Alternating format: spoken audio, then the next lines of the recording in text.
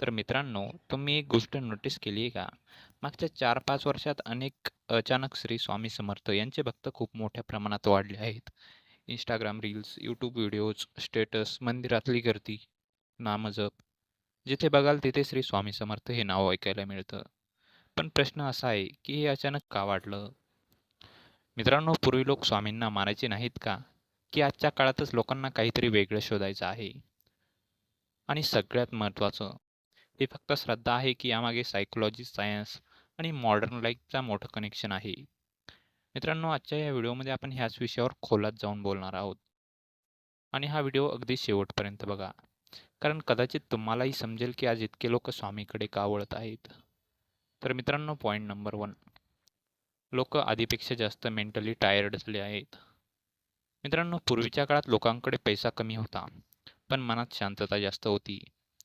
आज मोबाईल आहे, इंटरनेट आहे, एंटरटेनमेंट आहे, पण मन शांत नाही.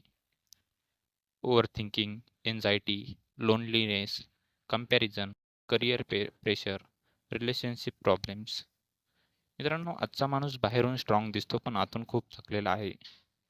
आणि जेव्हा माणूस पूर्णपणे थकतो, तेव्हा दोन गोष्टी शोधतो. पहिली गोष्ट म्हणजे शांतता आणि दुसरी गोष्ट म्हणजे आधार. आणि मित्रांनो, इथेच अध्यात्म सुरू होतं. लोकांना वाटतं कोणीतरी आहे जे मला समजून घेईन, म्हणून लोक स्वामीकडे वळू लागले.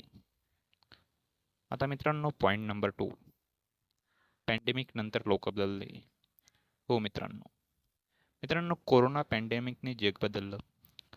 लोकांनी जवळची माणसं गमावली, नोकऱ्या गेल्या, बिझनेस बंद पडले आणि लोकांमध्ये भीतीचं वातावरण निर्माण झालं. आणि त्या काळात एक गोष्ट खूप झाली. लोक देवाजवळ गेले. कारण सायन्स ट्रीटमेंट देऊ शकत होतं, पण मनाला धीर देणारी गोष्ट स्पिरिच्युअलिटी होती. त्या काळात अनेक लोकांनी नामस्मरण सुरू केलं, भजन ऐकायला सुरुवात केली, मंदिरात जाऊ लागले. आणि त्यावेळेस सोशल मीडियावर स्वामींचे व्हिडिओज खूप व्हायरल झाले. भिवू नकोस, मी तुझ्या पाठीशी आहे. ही लाईन लोकांच्या मनाला लागली, कारण त्या काळात लोकांना कॉन्फिडन्स नाही तर इमोशनल सपोर्ट हवा होता. आता मित्रांनो, पॉईंट नंबर 3, पूर्वी स्पिरिच्युअलिटी मंदिरापर्यंत मर्यादित होती. मित्रांनो, आज एका रीलमुळे लाखो लोकांपर्यंत संदेश पोहोचतो.